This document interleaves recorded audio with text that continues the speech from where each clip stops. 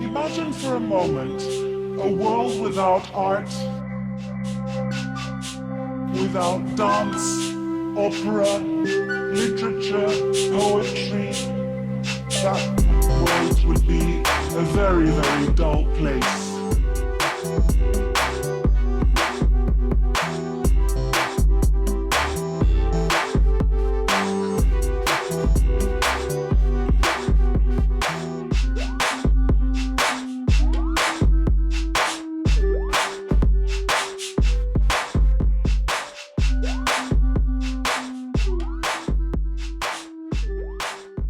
Today on the show, we have Dr. Stephen Metz, former Director of Research at the Strategic Studies Institute for the U.S. Army War College and currently the Senior Research Professor of Geostrategic Affairs for the Department of National Security and Strategy.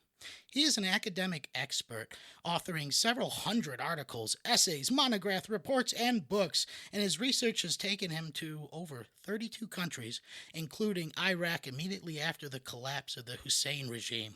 His expertise is in U.S. national security strategy, military operations other than war, theory of military strategy, sub-Saharan Africa revolution in military affairs, insurgency, counterinsurgency, and strategic features. And if that wasn't a mouthful enough, thank you, Dr. Metz, for taking the time to talk to a novice civilian such as myself. Sure. So I don't know. I guess where to start. I first came familiar with your work when I had watched your presentation on American grand strategy that you had done, and it was just something I stumbled across on YouTube, and I guess we'll use that as a jumping off point. So you had originally recorded that lecture in about 2010. And over the last decade, how do you think the American grand strategy has changed in your mind? Well, I think a lot of the basic principles have remained the same, but the implementation has certainly become more complicated as the domestic political environment and domestic economic environment have changed. We as a nation have slid deeper and deeper into more intense partisanship. And part of what kind of made American grand strategy go for a long time was while there were certainly partisan differences, right and left, Republican, Democrat, on certain key issues, there always was sort of a base of consensus that people would go back to. So it was as if there was kind of an unspoken agreement that partisanship would go so far and no further. There was agreement on the core principles in terms of America's role in the world and so forth. Now I think that's a lot more fragile than it was before, and we've reached a point where almost everything is kind of caught up in hyper partisanship, and everyone takes a position on grand strategy that's deliberately aimed at simply doing the opposite of whatever the other side of the political spectrum wants to do. Right, right. Well, yeah. I mean, it seems like everything is done more for political theater than actual, legislative strategy these days. And the one thing that you do say in that presentation is that American strategy comes from the political consensus because it's through that consensus that we determine our values and determine what is that purpose of American power.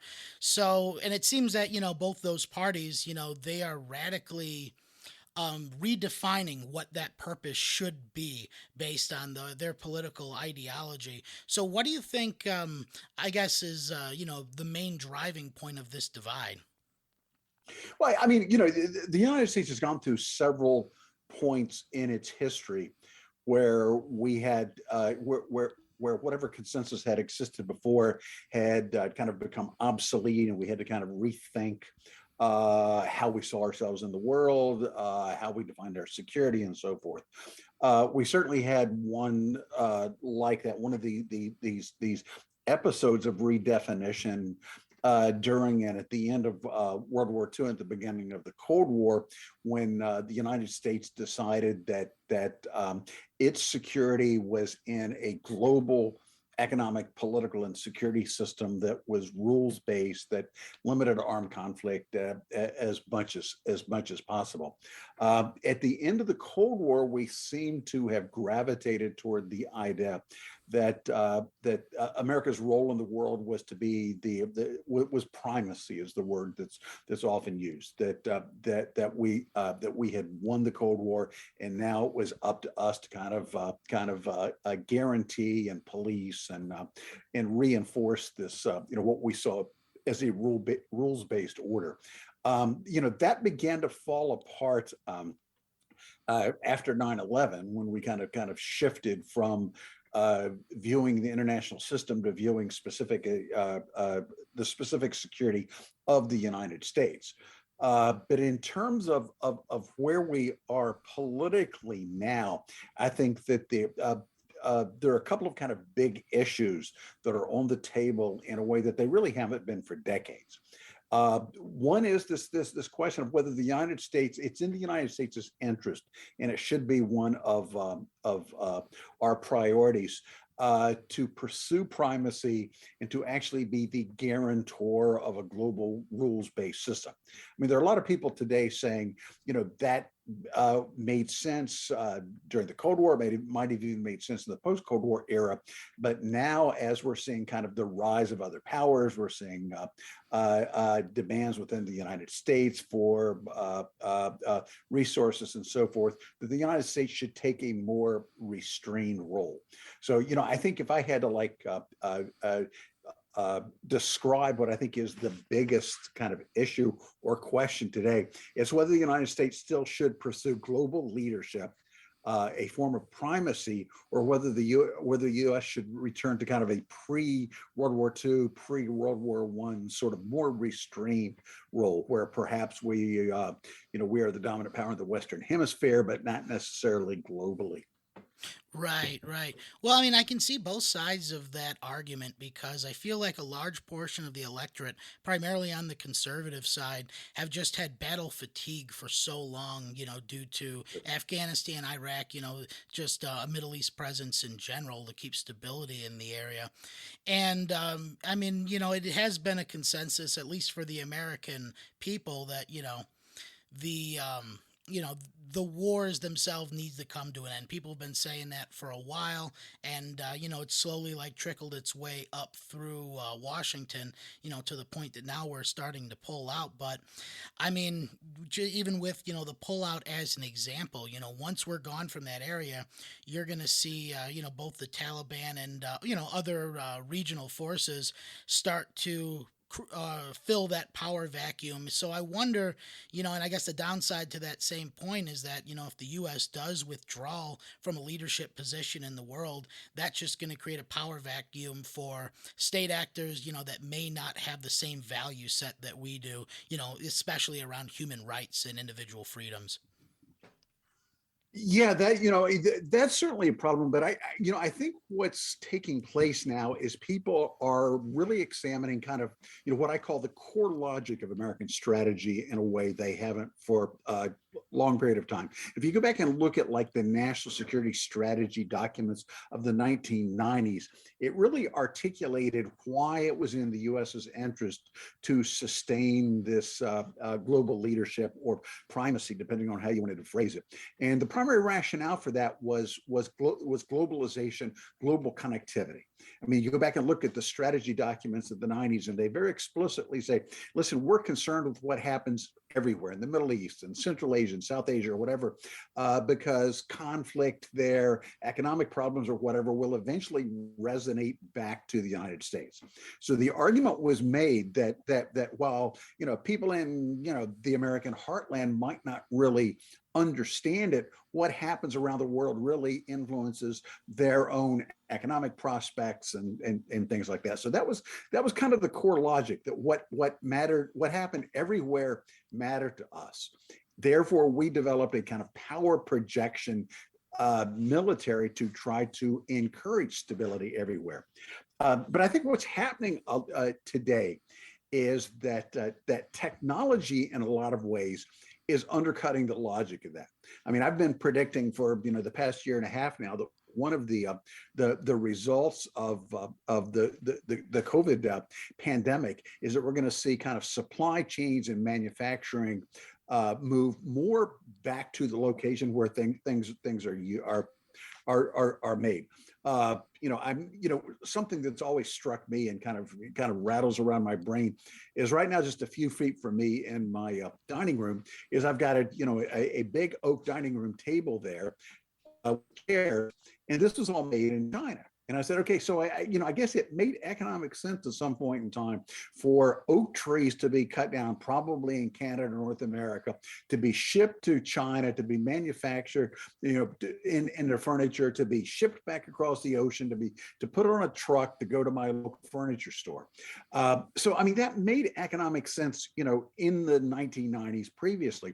But I think we're reaching a point where we're beginning to say, for a whole variety of reasons, does it really makes sense to have that level of global connectivity?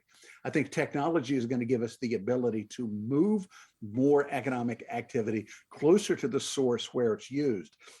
And the way I phrase that is, I think that a lot of nations, not only the United States, but other nations as well, are going to begin to say that they're willing to sacrifice some degree of economic efficiency for greater economic resiliency. In other words, if I have to pay, $20 more for an oak dining room table that's made, 50 miles down the road, that might make more sense than getting the cheapest one possible that has to be, shipped across the nation. So if this whole economic logic of America's grand strategy changes, then I think Americans got to sit down and say, well, do we really need this massive expeditionary military? Do we really need to be concerned with trying to maintain stability everywhere in the world if we have greater economic resiliency and some degree of deglobalization? Yeah, I mean, I would definitely agree with you on that, because, I mean, if you look at like the long-term effects of COVID, and, how the technologies that developed on that, or sorry, that were developed from that, are going to have long-term effects on economic prowess. I mean, you look at like, we're talking on Zoom right now. The company I work for, they had every employee go work from home. Everybody's digital. And now you look at like the long-term effects that could have on like decentralizing cities, spreading that wealth out to, these more rural areas, kind of like closing the gaps between urban areas and rural areas in the area, or in the country.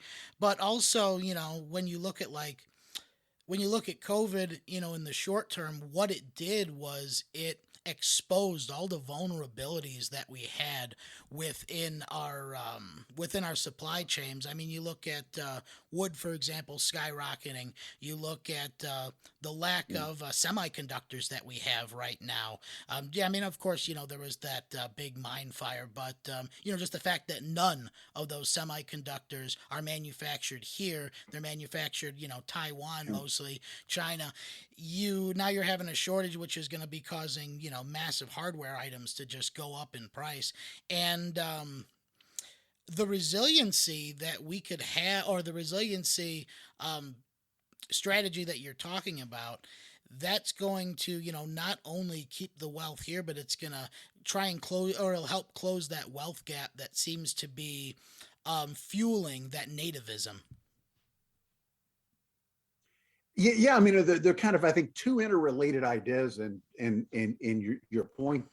We talk about kind of the working remotely, and I mean, I've also been, someone that for the past year plus now, I mean, I've probably been in my office, I don't know, maybe half a dozen times, and that's just to go in and get something. So it certainly changed the kind of business I do, where we developed ways of actually doing education thinking, idea development, and things like that, that remotely. There's some disadvantages of that from a teaching perspective, but there's some, great advantages as well for things like having guest speakers and stuff like that. So, I think one effect that might have is to change kind of the human geography.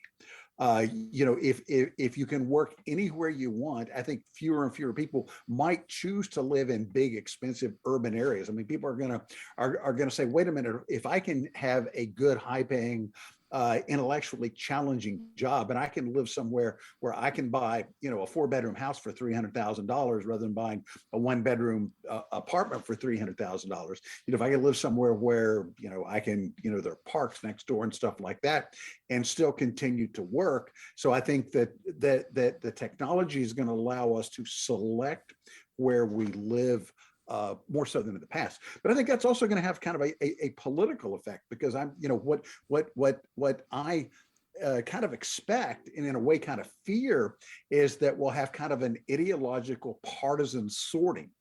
That rather than having people on the right, people on the left having to kind of go to work and work together, even though they politically disagree, they can all just live in their part of the country and a community like them, and they can work remotely, they can work online, so they can still be economically productive, but they don't actually have to live and deal in a daily basis with people different than them. So I really see the United States and other nations around the world as well, kind of dividing themselves into these little, I don't know if you want to call them kind of cultural archipelagos or whatever, but where people really spend their lives around people who are more like them, rather than having this kind of heterogeneous mixing that we would have now.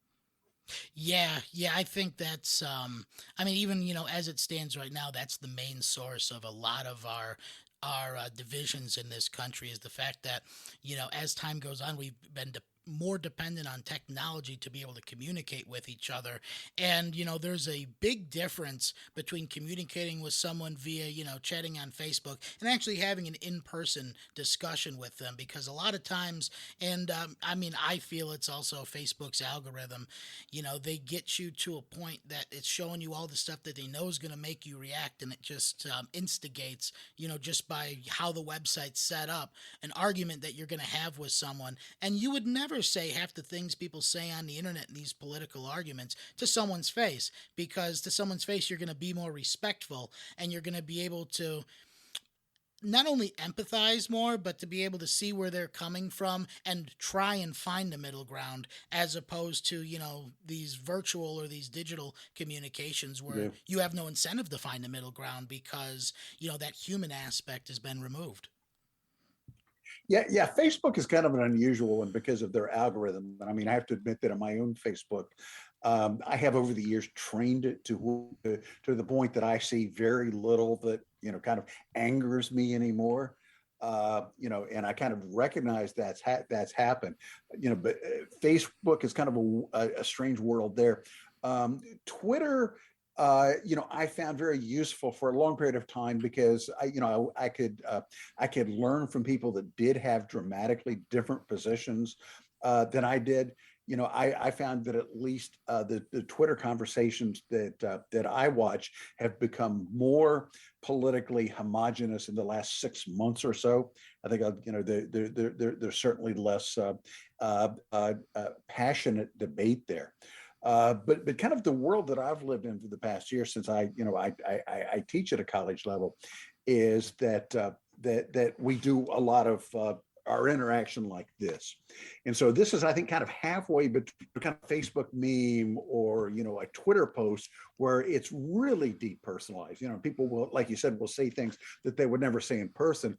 At least this way, when I'm teaching, say, a group of students or giving a talk or something like that, this is somewhere in between that and actually being in the room with people, and I really expect that where we're going to be within 5 or 10 years is that we move beyond this kind of this almost 2-dimensional video interaction like this, to the point where we'll have avatars, and it will seem like we're both sitting in my living room or your living room or whatever, even though we're not physically there.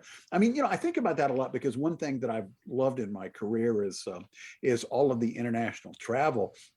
And I mean, I don't know if I'll ever do that again, because I mean, it's just so easy. I mean, I've given talks in the past couple of months to South Africa and the United Kingdom and so forth. I'm sitting in the same chair I'm sitting at right here. I don't have to go, all the hassle of that. So in that way, it's certainly augmented interaction. It's allowed me to interact with people that I otherwise wouldn't have been able to, just simply because I didn't have 4 or 5 days that I could travel there. But it also is not the same. It's certainly not the same. I gave a talk at a conference in Poland a few months before that, and one of the things that I teach at work is I teach a 10-lesson course in sub-Saharan Africa.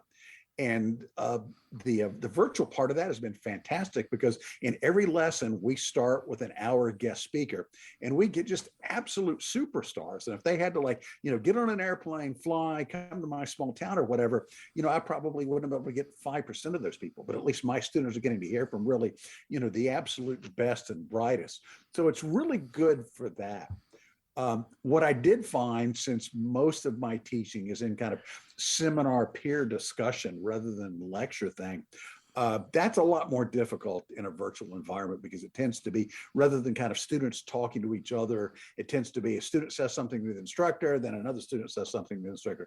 So it's not optimal at this point, but I think that the technology may change that to the point where, like I said, 5 or 10 years from now, it will really be almost like we're all sitting in the same room, with the facial expressions and the body language and all of that kind of stuff. Now, how do you think those developing technology could help us start to break down the echo chambers that exist, both on the left and the right? Because I feel like that's, the real crisis of this era is, not being able to, I don't want to say some people don't have the critical thinking skills to be able to, differentiate fake news from real news, because, a lot of folks of, let's say my father's generation didn't, they weren't able to take a research methodologies class to look up, sources, this and that. And you have some news websites that actually set up fake local news websites just to generate fake stories that they can pass around. Sure.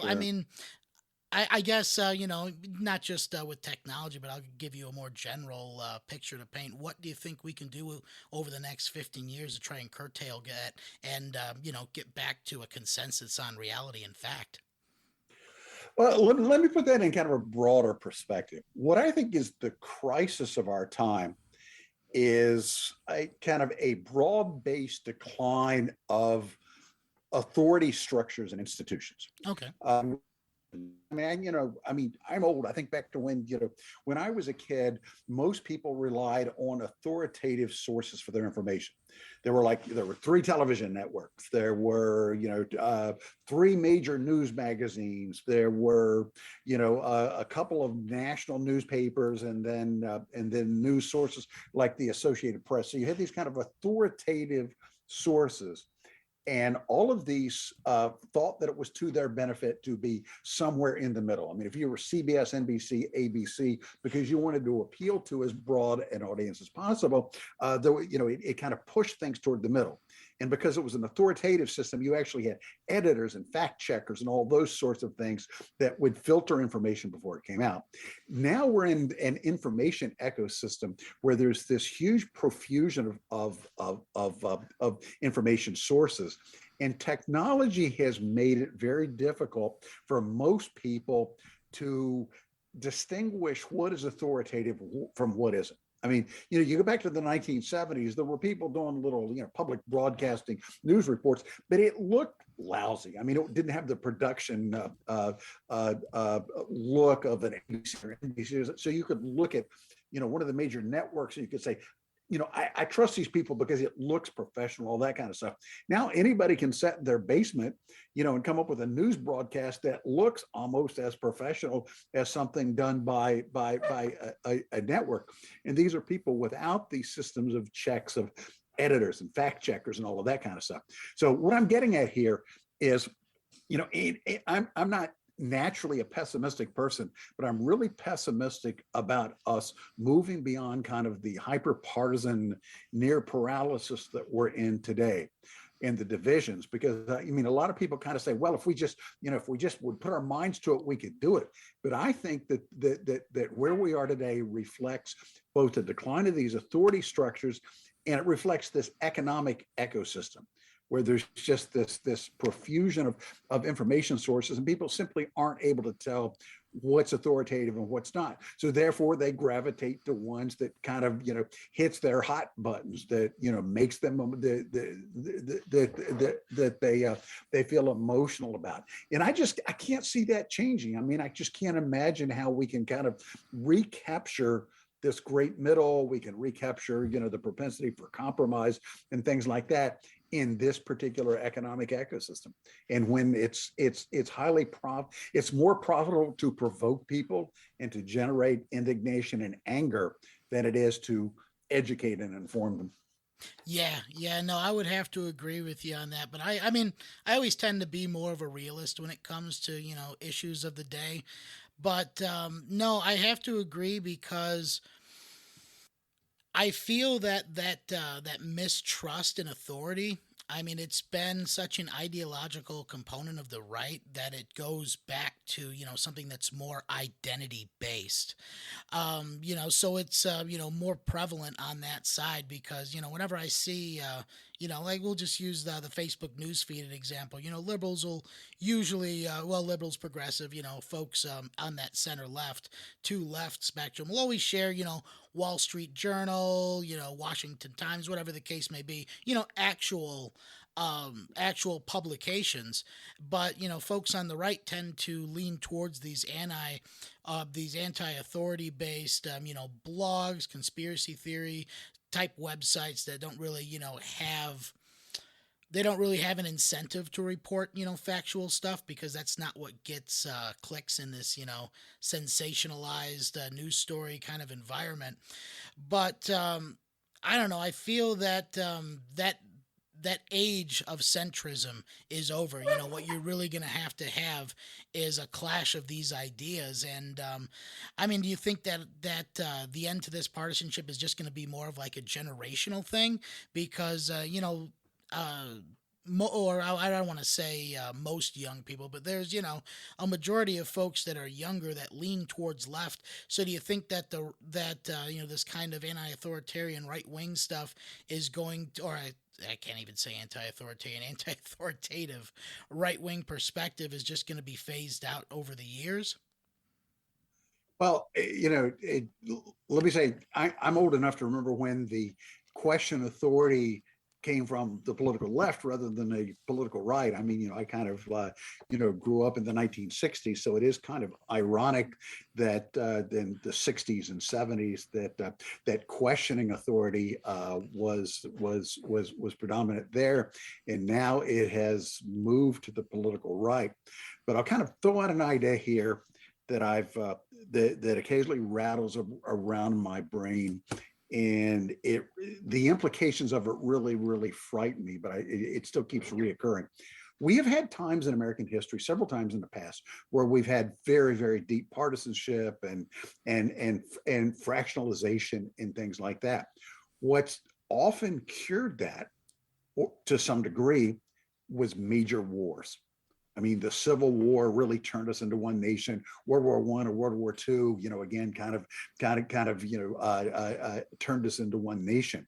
So I think the big question for us is, can we somehow work through this and regain at least a functional level of working, of respect for authority, of respect for the middle and compromise without a major war? Or is it, I mean, are we simply in a position that's the only thing that could resolve this? Like I said, it just scares the dickens out of me to think that way, but at least historically, that's been the great unifier in the United States.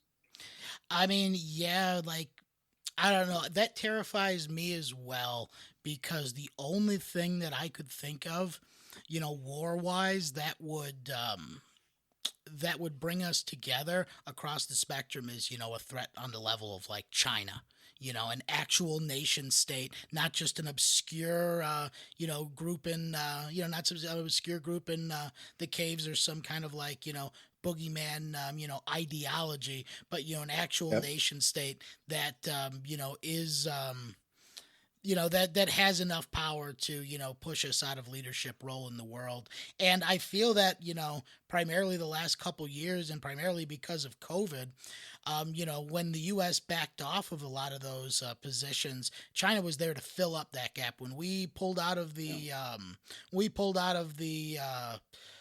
what was the climate change accord. Uh, the Paris Accords. The Paris Yeah, Accord? yeah, the Yeah, Paris Paris, Accords. yeah. I don't know why I'm blanking on that. Yeah, when we pulled out of the Paris Accords, China was right there to step up and take that leadership role, developing these technologies and reducing their emissions. But then I feel because of COVID, because it originated in China, there's still a lot of mistrust, and primarily a lot of I don't believe they were giving us accurate numbers from the very beginning. I think they misled the CDC in a lot of ways. So there's still a lot of mistrust of China, but it feels like we necessarily don't want that role over the last few years. So it's really I don't know, it's really kind of up in the air who's going to fill that void.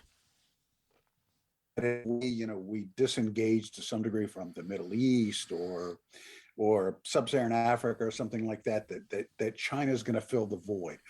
I think that even if that's true, I'm not sure that would be a primary threat to the United States. And I'm someone who is fairly hardline on China, but I also am someone who believes that China is going to face some impending crises as well.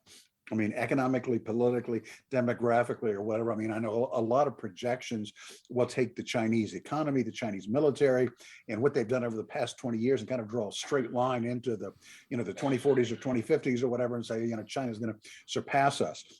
But I really think, China to some degree is a house of cards.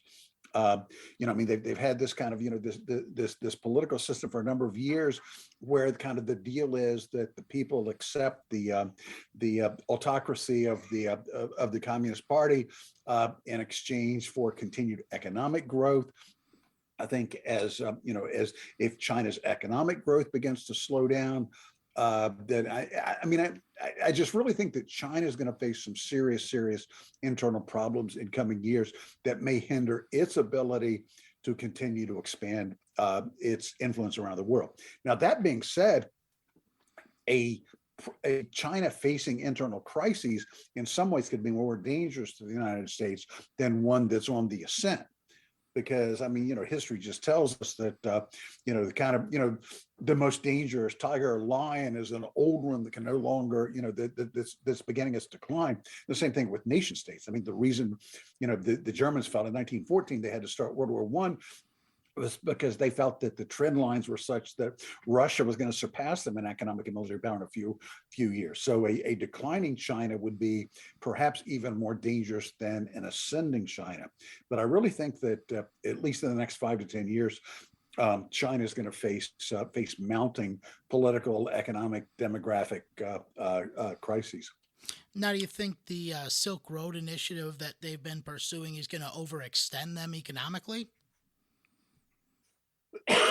Well, it depends on whether they really, what they've said all along is they're trying to develop an alternative global economic and potentially political system to the American-dominated one. Whether it's going to overextend them, I think in part would depend on whether they feel an imperative to be politically dominant or just economically dominant. In other words, are they going to, I look a lot at China and sub-Saharan Africa. Is it just purely economic, or are they going to reach a point where they're going to try to play with the internal politics of Africa? That I think could overextend them. But I also think that they're kind of throwing money around the Silk Road, in sub-Saharan Africa or so forth. Again, I think that they're going to that eventually that's going to hit some bumps in the road, because you're going to have a lot. There still are an awful lot of poor people in China that are going to begin to say, wait a minute, why are we, making all this investment in sub-Saharan Africa or now Latin America or whatever, rather than use it domestically. So I think China, another way of phrasing that, is going to kind of hit the same situation the U.S. has hit in the last 5 or 6 years, where people begin to question global assertiveness when there's so much that needs to be addressed at home. I think China is going to face that same thing in the coming decades. The Chinese people are going to say, wait a minute, do we really need more aircraft carriers when our public health system, our environment, and so forth is problematic? And climate change is probably going to speed up and exacerbate that particular process. Yeah, I guess that's a good segue into it because I know that you've done extensive research about how the political and economic trends are going to change because of climate change. And I guess my question would be, what strategies should we have been? I can't even say that we should have been implementing to be able to confront this because climate change is an existential threat to just Sure. not only our economic way of life but just how our society is even constructed. Well, certainly it makes sense to continue along the path that a lot of nations have taken to eventually wean ourselves off of petroleum as a major source of energy. So that would be good, but that alone isn't going to be enough. I think that the real core is going to be to increase resiliency rather than to simply, but because there's going to be climate change. Even if we cut down on the carbon footprint dramatically over the next 20 or 30 years, there's still going to be major climate change. We're still going to see lots of coastal nations that were, cities underwater, things like that. We're going to see changes in crop patterns and that kind of stuff. So the real core to addressing the climate change issue is going to be problem mitigation and developing greater resiliency rather than simply trying to cut down on the pace of climate change. We can Right. do a little bit there, but we can't change it. We can't stop it at this point. Right, right. Well, you just have to continue to make those shifts and develop those technologies. But, like you were saying, you can drive an electric car all day, but, you're not going to be able to heat your house with solar. So, what are your thoughts on different options of technologies to develop? What are your thoughts on the nuclear option? Because I know that they've developed new processes for recycling that waste. Even though it condenses it into a more radioactive form, it does seem to, eliminate as much of it. Yeah.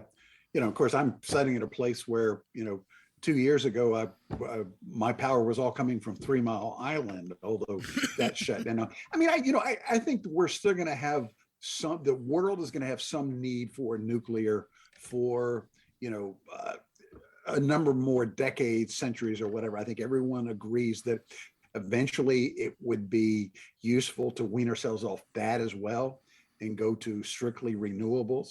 But as we move toward that, I think there's still going to be a global role for nuclear power for a number more decades.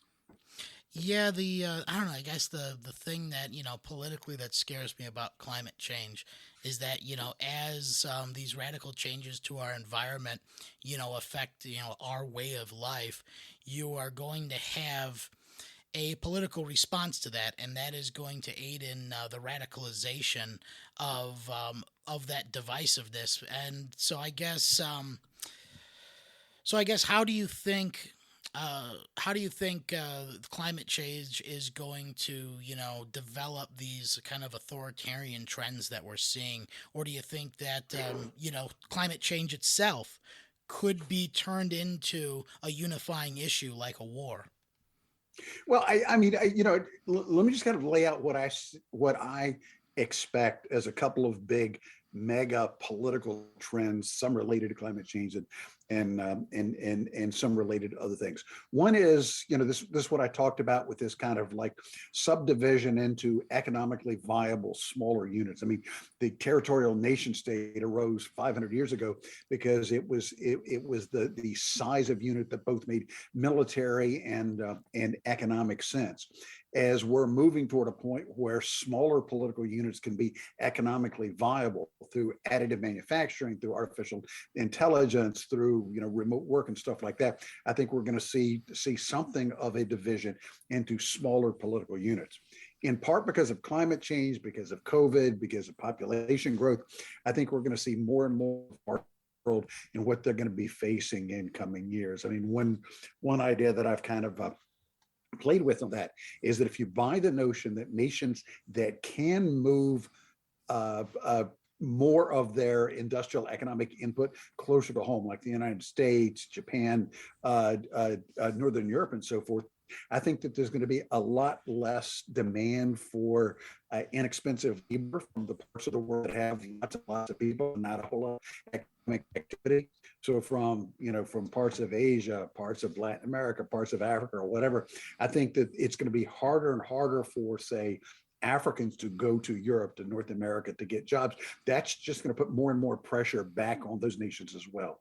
So I'm really, really worried that there's going to be just massive numbers of state collapses around the world. And that's going to create kind of an ethical dilemma for the United States, because we're going to see unfolding humanitarian disasters, and we're going to see them in real time. They're going to be on, people's cell phones. This isn't going to be something abstract like, a famine in Somalia in the 1970s. It's going to be something we see real time. So we're going to have to ethically grapple with this idea of what do we do when there are these cascading state failures and humanitarian disasters around the world. So I think that's going to be one of the big political trends. So I guess what I'm saying is I predict more of a de-linkage. We've seen the last 50 years has been increasing linkage, connectivity, globalization. I think we're going to be moving toward a point where we have more virtual connectivity. All of us will probably have close friends that are spread all around the world that we interact with in this way. But I think that we're going to see more of a physical separation. And one way that I've kind of phrased that in a talk I've been giving on kind of my prediction for the future after COVID is to say, think of what we all learned about social distancing over the last year. How we developed an instinctively different way of dealing with other people, this physical separation, stuff like that. I think we're going to see kind of social distancing between nations of the future. They're going to still, they're going to deal a whole lot with each other virtually, but I think there's going to be less physical connectivity, less movement of people and goods between nations than there were in the past. So, in some ways, we're going to see this kind of global fragmentation. We're going to see pockets of of chaos and instability. But at the same time, on top of that, we're going to see more kind of interpersonal connectivity done virtually. Man, with the collapse of these nation states, now you're talking about a shift in how people move, because without these nation states, you're going to have massive refugees from, coming up from South America, same with like Africa, the Middle East to Europe. But not only that, I have the feeling that we're going to have American refugees from a lot of these coastal cities that, that did not amply prepare. I think Florida in particular, they're not preparing, they should have had constructions of seawalls going 10 years ago. But I guess my question would be, how do you see that polarizing effect now, politically will aid the dehumanization of American citizens as the other or as a refugee once these crises start and once resources start to get more limited? That's an interesting idea. I have two younger brothers and both live in the Tampa area. So I do think about that. I mean, and I've seen predictions that say 30 years from now, much of Miami will be uninhabitable. So I think we're certainly going to see the movement of people. But again, I think technology is going to allow people to move to safer places and still be economically viable. I mean, to be quite honest with you, I think we're going to see a reversal of the century-long movement of people from the northern United States to the southern United States, kind of reversed. as the climate gets hotter, I think we're going to see people moving out of not just Florida but other parts of the South as well, to parts of the North. And of course, that's going to have a big political impact as well, because you have these kind of these deep red states, Alabama and places like that. What are going to happen if a lot of people move from Alabama or Louisiana to Minnesota or Wisconsin? We're going to have kind of a redrawing of the political lines there, energized by climate change, but enabled by technology that allows people to live where they want to live more than they could have in the past. I mean, I just think that we're to a large extent moving beyond the point in history where people moved to where the jobs were. I mean, we're beyond a point, like 100 years ago, where people were leaving the rural South to move to, the industrial cities of the North. And now we're going to see people moving from the blazingly hot South to the more temperate North. Yeah, I guess with well, I guess, do you think the political reaction to that is going to be one of coming together in unity, or do you think that even that itself could be politicized? Well, there could be resistance. There may be places where people say, we don't want these kind of, these reverse carpetbaggers to get, give more people, kind of, climate refugees from the South. Just as we're going to see people who will resist technological change. I mean, this is, kind of another point that I've, made over and over again, as we see more artificial intelligence, more virtual connectivity and stuff like that. Human implants and all these sorts of things. I think we're going to see the rise of massive political movements that see all of this as dehumanizing. I think we're going to see kind of modern day Luddites who are, opposed to technological change. And I think that's going to be a big political factor in the future as well. But, the answer to your question is that I think there will be places that will be receptive to these emigres. There are other places that not. And again, that kind of replicates what happened 100, 150 years ago. I mean, there were people and places in the North that said, yeah, come on, rural Southerners, come on up here and work for us. There are other places that said, we don't want your kind here. Kind of go back to the Okies of the 1930s moving to California, as we all know from reading novels. There were a lot of Californians who said, yeah, we don't want you guys out here. So I think we will see some of that as well. So it'll just depend. There's some people that say, yeah, kind of come here, buy a house, and become one of us. There are others that say, no, there's enough of us here. Housing's already expensive enough. You have different political beliefs, so why don't you just stay there? So I mean, it's going to be a fault line of the future. Now, going off what you were saying about emerging technologies, primarily implants, I think that's one of my biggest fears of the future is that, with the, we'll just use Elon Musk's Neuralink as an example, though I'm sure he won't get it to work. When you start implementing these types of implants, these technological implants, you're going to see, only the well-to-do be able to afford them at first, and that is going to create we're talking about a wealth gap now, but now we're talking about an intelligence gap, and a gap to where, the people who are going to, choose to merge with these technologies are going to have a fundamentally different perspective on reality. And the folks that are, left, left out of that transition, I don't want to say they're going to be second-class citizens. I'd like your thoughts on that. But they're going to be incompatible with those who, choose to advance with technology. Most of my thinking has been within the military context, because there are people talking about, implants that could potentially create super soldiers, strength, endurance, intelligence, and so forth. And I say, but wait a minute, we need to think really, really seriously before we go down that road, because what's going to happen to these people when they leave the military and integrate back into society? Are they going to be, permanent pariahs? Are you going to have just all former military people going off and living somewhere because with other people that have the implants and whatever? But I think you've kind of cast it more broadly, and I think it's not hard to imagine a future where we are separated into small communities of really advanced people that have access to all the technology, that live healthy lives to 150 years old, and so forth, separated from the masses of people that don't have access to that. And we know, that's historical patterns. You can go back and look at ancient empires, and the people in the nobility were a foot taller than commoners, just simply because of different diet and things like that. It would be certainly unfortunate, but not hard to imagine, kind of a dystopian future where we have, cities in the cloud of people who have integrated with the technology and have artificial intelligence and all of that kind of stuff. And then you have kind of, the seething masses who were left behind.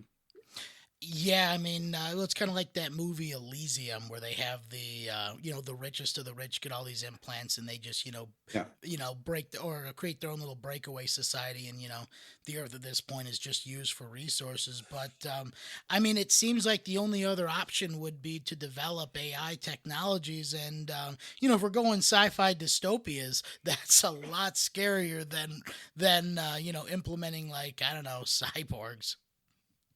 Well, and my big concern is, let's not just simply focus on the technology, the feasibility of technology, but let's also think through the ethics of it as well. Right. Technology and ethics have to be, two sides of the same coin. So I think that's something that we, not only as Americans in the United States, but the people of the world have to think about, is as we face these new challenges and new technological opportunities become available. Are they going to be, if there's an implant that makes you live to 150 years old, does that become a basic human right that everyone around the world is eligible for? Does it become a national right that only every American is eligible for? Or does it become purely economic, where only the top 5% of the income, the people that can actually afford to buy it on the market, are eligible for? So we have to decide what's a human right and what is who can afford. Yeah, if we're looking at historical trends, it seems like it's going to be something that would be on the market. But I don't know. I guess looking at let's say the biological aspect of it, on the opposite end of the coin, you have technologies like CRISPR, where you can design. I don't want to say you can at this point, but in the future you would be able to design these designer children that would have certain attributes extenuated, certain sequences removed, certain talents like intelligent, cognitive capabilities heightened. And I would say if you're gonna take humanity evolutionary to the next step, that would probably be the way that you could make that a human right, as opposed to implants, because I don't know, you're going to always have a backlash. You have people who refuse to get vaccinated with something that the FDA approved. You're never going to convince a certain section to get implants, but you can sell that aspect of like biological enhancements. You can sell to someone that your child may never have cancer, right? Or won't have the ability to get heart disease, that sort of thing. So I guess, what do you think are the pros and cons between those two options? I guess the third one as well, with AI technologies. Well, to kind of circle back to a point I made earlier, I think there's going to be just a massive political movements who are opposed to all of this as dehumanizing. The idea that we can, design our children. There are going to be a lot of people, whether for religious grounds or ethical grounds or whatever. I think this is going to be massive, potentially even violent resistance to that. But again, to kind of go back to it, we as a nation and people globally as well have evolved over time in terms of defining what is a universal human right and what isn't. The United States is just now reaching a point where we seem to believe that having access to healthcare is a universal right, rather than something that should simply be available to people that can afford it. I think as these new technologies emerge, we're going to have to make the same kind of decisions. There's certainly going to be pressure from people that say, listen, I'm rich enough to afford all of that kind of stuff. So therefore I should have the right to it. And the other people are going to say, but wait a minute, even though I don't have the money to design my child, that somehow there's a social responsibility to spread this equitably. Now, I guess kind of use that as a launch point, going back to your point about, violent resistance.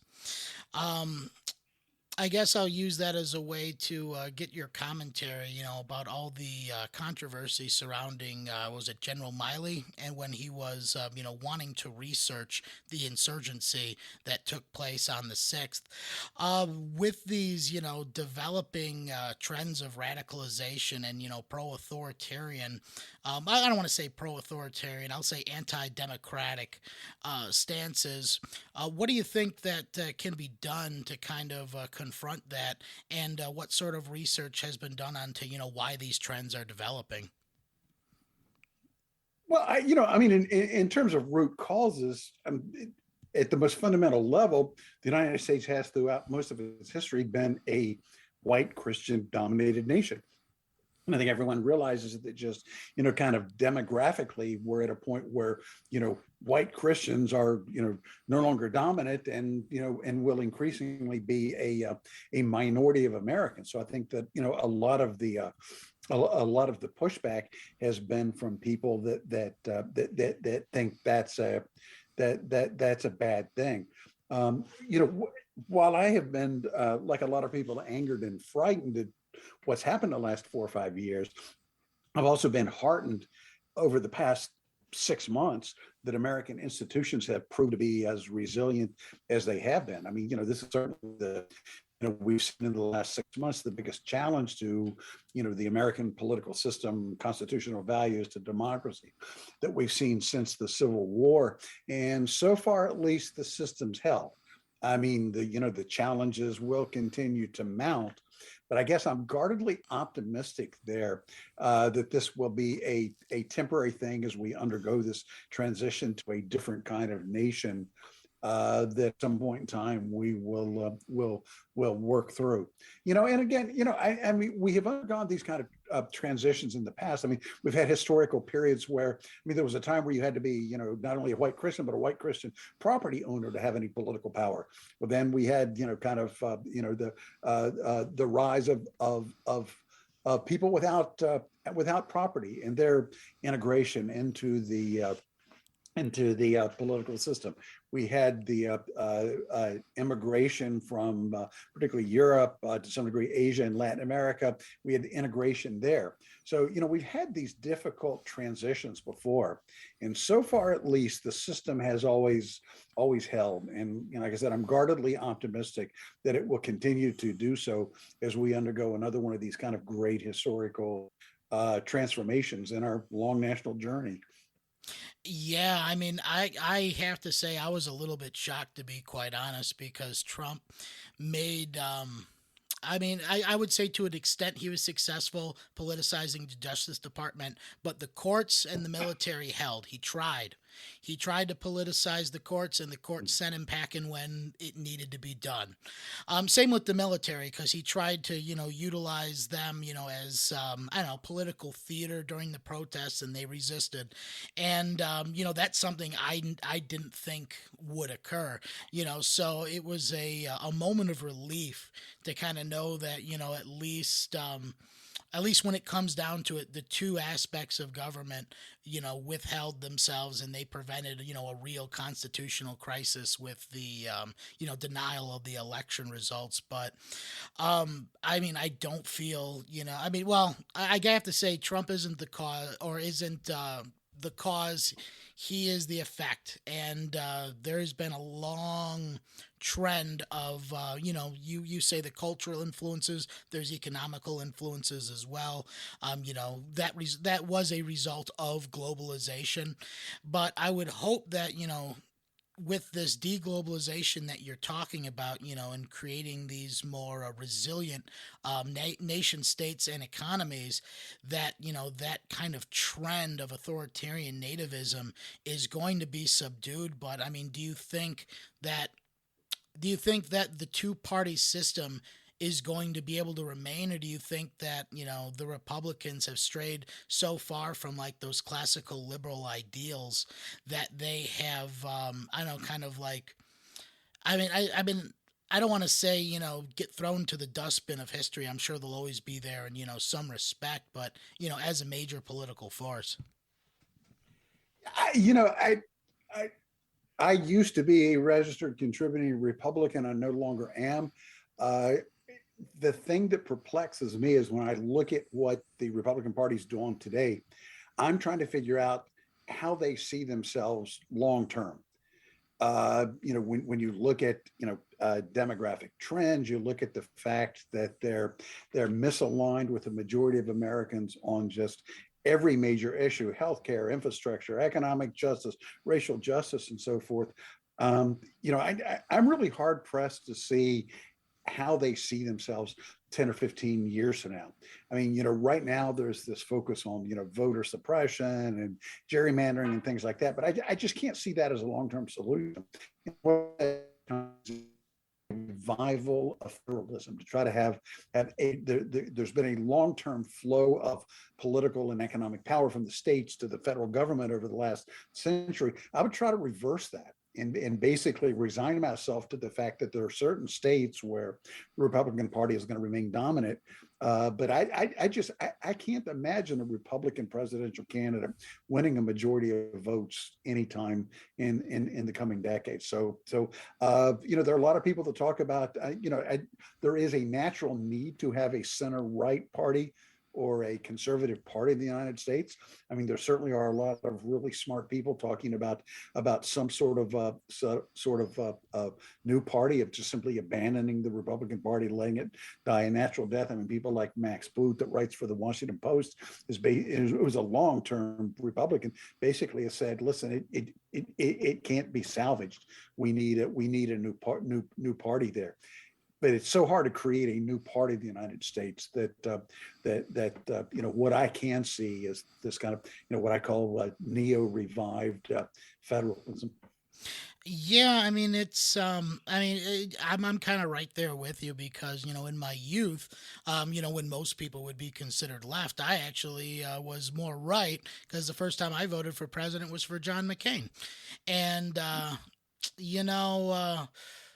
I don't know, as the Iraq war developed, and I have to give you props. You were one of the only guys I do believe that was saw the negative incantations of that long term. It kind of skewed me away from the Republican Party, and it wasn't even really the neoconservatism. It was the Tea Party that really kind of allowed the populism to kind of get a foothold, and then that populism, once properly funded by Koch network and all these other groups, it just kind of amalgamated into Trump, who just kind of took it over, because I don't feel that the Republicans really, because Republican leadership wasn't in tune with their base, there was nobody that really resonated with their base. So Trump just kind of did his horse and pony show, and now you have the point that like you were saying, they had, 2020 they didn't even put out a policy. There was no legislation. There was no policy. No platform. Yeah, no platform whatsoever. It was just Trump, and it's devolved into this personality cult that's, like you're saying with the Christian nationalism, it's incorporating these identity aspects and radicalizing people, into this. Man, it's a bad terminology, but this new political ideology of like QAnon and this like, conspiratorial, non-factually based rhetoric. I mean, it's radicalizing it to the extent that I fear that there's going to be, IRA style attacks happening, more frequently in the coming years, primarily if, the Republicans don't take back the House, which, chances are good that they will, but, you have more political defeats in the future. It's just going to add more fuel on that radicalization process. Yeah, let me kind of make a couple of points about that. First of all, the Republican Party, what I see, I feel the Republican Party for the last 20 or 30 years has had, to borrow a Marxist phrase, a core contradiction.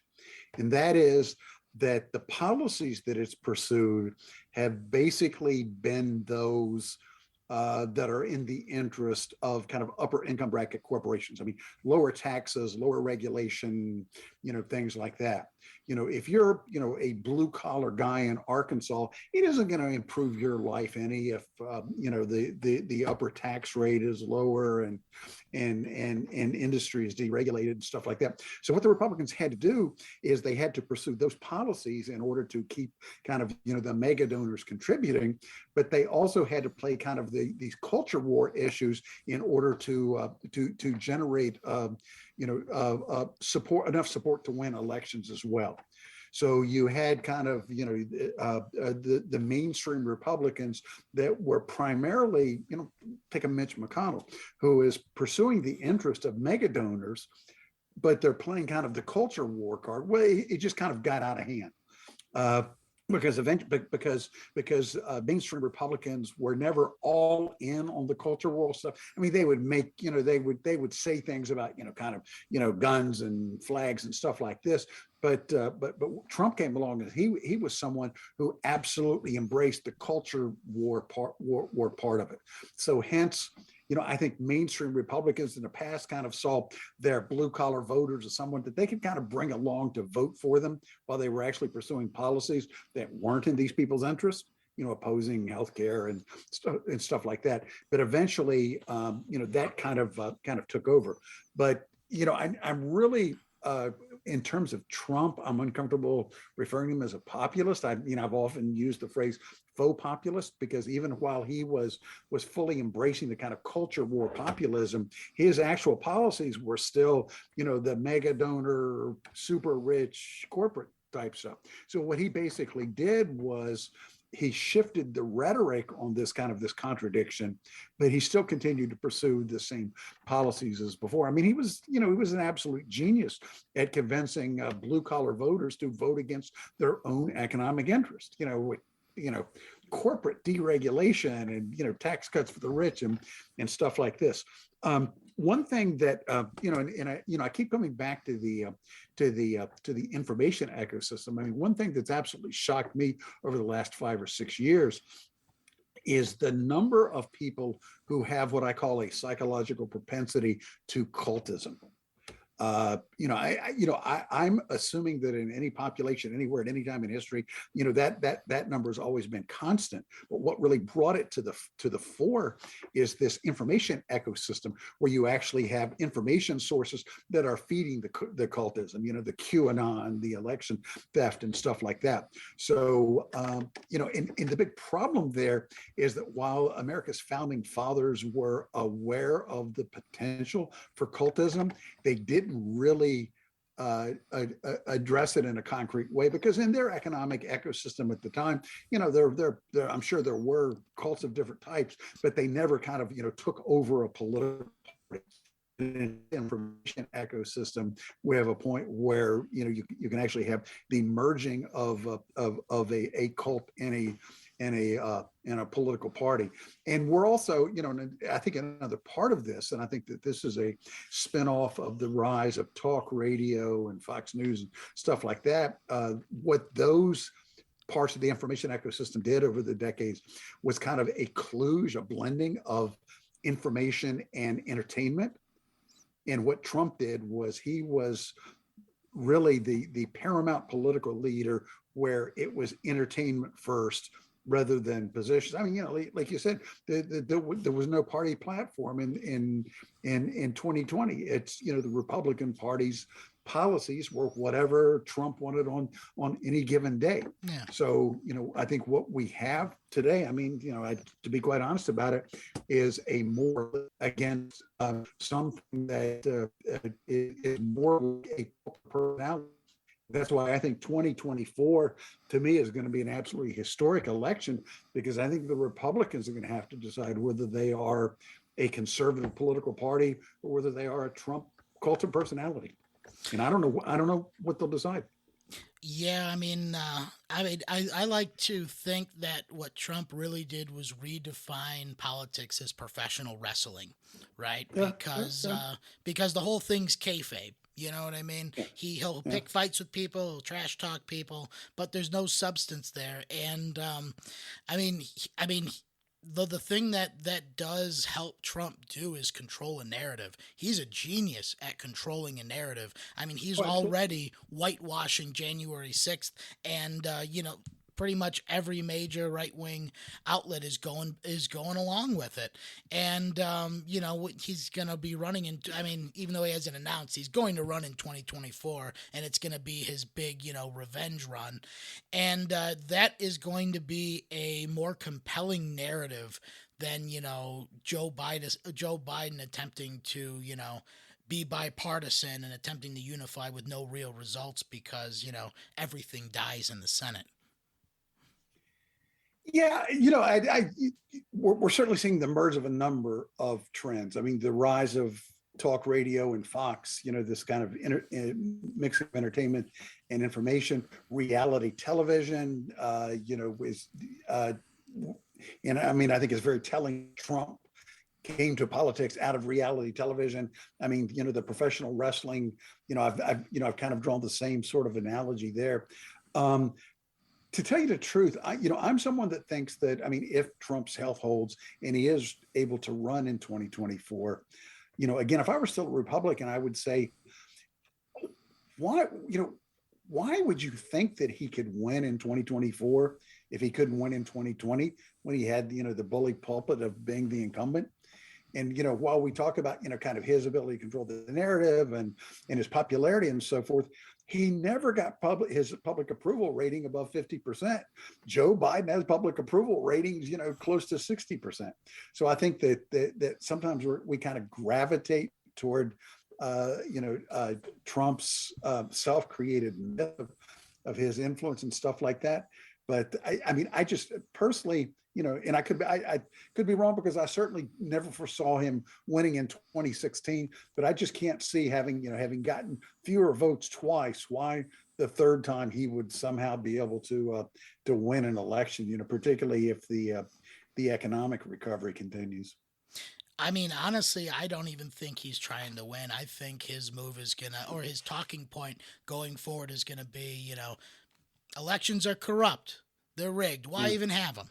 And, his base will eat that up because, they'll eat up anything that he says. But, I mean, with statements like that and with the increased violence, I hope doesn't happen, but I am pretty sure is going to continue to happen with these, more like right national or these more white nationalist, kind of, side fringe groups. I mean, he'll definitely, try. I hope Biden will still be able to maintain, and I'm hoping the economic recovery is going to be strong enough to kind of, push him out. But man, I hope he doesn't even make it out of the primaries because I would really like to see the Republican Party try and salvage itself, and actually, grow with the populace, develop new ideas. I mean, I think there are people in the Republican Party that realize that his true diehard believers are like 25% of the population, and you can't win elections with 25% of the population. So that leaves you the option of either kind of moving away from him or moving away from democracy. And I think that there are going to be a lot of people in the Republican Party that try to capture some of his support, but do so in a less, a less kind of deranged way. But I mean, I think it's also, I still buy the idea that he never thought he was going to win in 2016, that it was all, a money making grab. Certainly him talking about running in 2024. I mean, there's just absolutely no question that that's a way to keep the money flowing. And if he basically did what most former presidents did and kind of went off and did charity work or something like that, the money would stop flowing. So as long as people keep giving him money, he's going to keep talking about running. Yeah, and well, I guess just kind of taking a step back, towards the information issue. I mean, do you think that a reinstatement of the fairness doctrine, to encapsulate like website blog posting, do you think that that is a potential solution to this information issue, or do you think that that wouldn't even go far enough to address it? I would say probably not. I mean, I am kind of, instinctively conservative enough to think that in most cases, market solutions are better than government imposed ones. I mean, I think that, if you had the government trying to impose fairness standards again, there's just simply too many other sources of information. I mean, the government can't go running down, every place on the dark web that people can go to for information. So I think there needs to be market-based ways. I mean, what we need to do is to make fake news and cultism less profitable than it is today. I could definitely agree with you on that. So I guess, well, I guess going back to your experience with like insurgency, counterinsurgency. I'm firmly against the use of the term domestic terrorist when talking about some of these fringe groups and for instance, January 6th was a prime example. I guess how can we use our soft power government wise to try and fight this ideology that's growing? Yeah. I mean, I think there is going to be increased domestic terrorism. I mean, I'm somebody that thinks that the January 6th assault on the Capitol was domestic terrorism. But again, to kind of put that in a historical perspective, Americans today sometimes forget how much domestic terrorism there was in the early 1970s. I mean, go back and look at the number of bombings and Oh attacks yeah. and stuff like. I mean, there really was a massive amount of it that we kind of forget now. And we worked our way through it. I mean, you have improved law enforcement and so forth, and we kind of work our way through it. So, I mean, I think that there will be these yutzes doing violent anarchist uh, uh, uh, personality cult stuff in the coming years, but I really don't think that it's going to be enough of a critical mass to pose a major challenge uh, to the nation, because I mean, I just think that it's going to be isolated and something that can eventually be controlled. Now, do you think that what it'll take to get it under control is going to be something similar to a Domestic Patriot Act, where they start to really control information, start looking at these trends on social media, and I guess some of even these Yeah. private applications, these messaging apps as well. I mean, do you think that it's going to take something like that, or do you think it's something that we can conquer with rhetoric itself? Well, I mean, I think we have pretty good methods for understanding and controlling it now.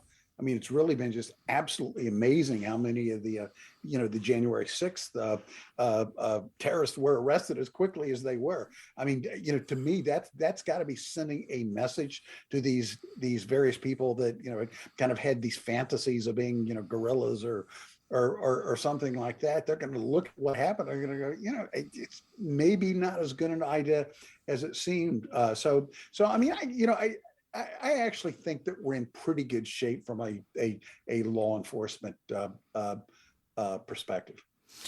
That is fantastic to hear. I mean, it alleviates at least some of my concerns because I don't know if it's something that the riots over the summer have. I don't know. I've kind of like taught the populace, especially those who are in urban areas, just how fragile that level of order can be. I remember the first night, that first weekend when the riots were going down, I was listening to the police scanners, and just even away from the main protests in Chicago, you had all of these outside actors that weren't even available, or weren't even, sorry, involved with the protests, but were using the police being distracted to break into the field museum, to do this, to Sure, do that. sure. So when I think of like these domestic groups, causing, these large, or I guess you could say not causing, but taking advantage of these different protest situations. January 6th would be a prime example of that. I mean, what was it? No, was it the New York Times who did that Day of Rage documentary that just went through minute by minute, identified who is instigating what and where and why. And it really raises the question that assault was far more organized and far more intentional than a lot of people, want to admit.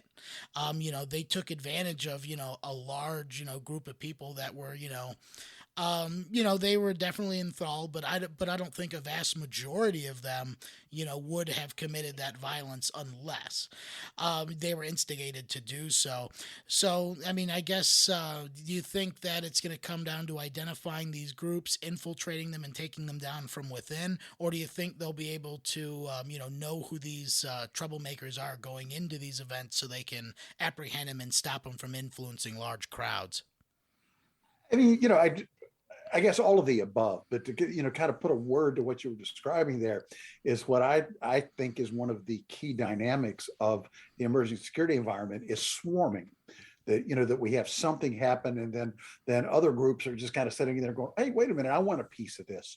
And I've really been kind of playing with that idea of swarming as the primary dynamic of the next wave of insurgency.